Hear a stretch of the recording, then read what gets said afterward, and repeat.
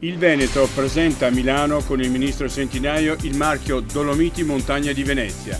Polemica in Trentino. Il consigliere provinciale Guglielmi chiede a Pailoni spiegazioni.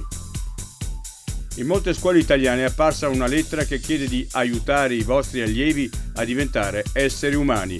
L'iniziativa è partita da una ragazza di Trento, a conclusione di Promemoria Auschwitz.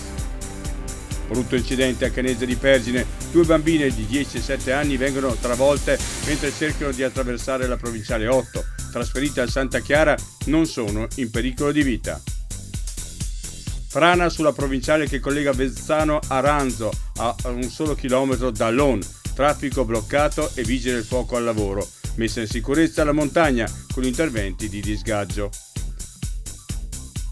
Sorpresa per Marco Zigliani di Arco, che lavora nello staff di Calcutta. Il cantautore lo invita sul palco a suonare e lui, davanti a 7.000 persone, si esibisce con una canzone dedicata a un bar di Bolognano.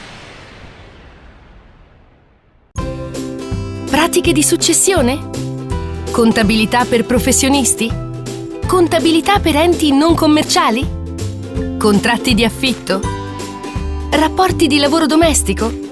La vita è già complicata. Falla più facile con Cafacli. Cafacli ti dà più che una mano. www.acliservizi.it 199 199 730.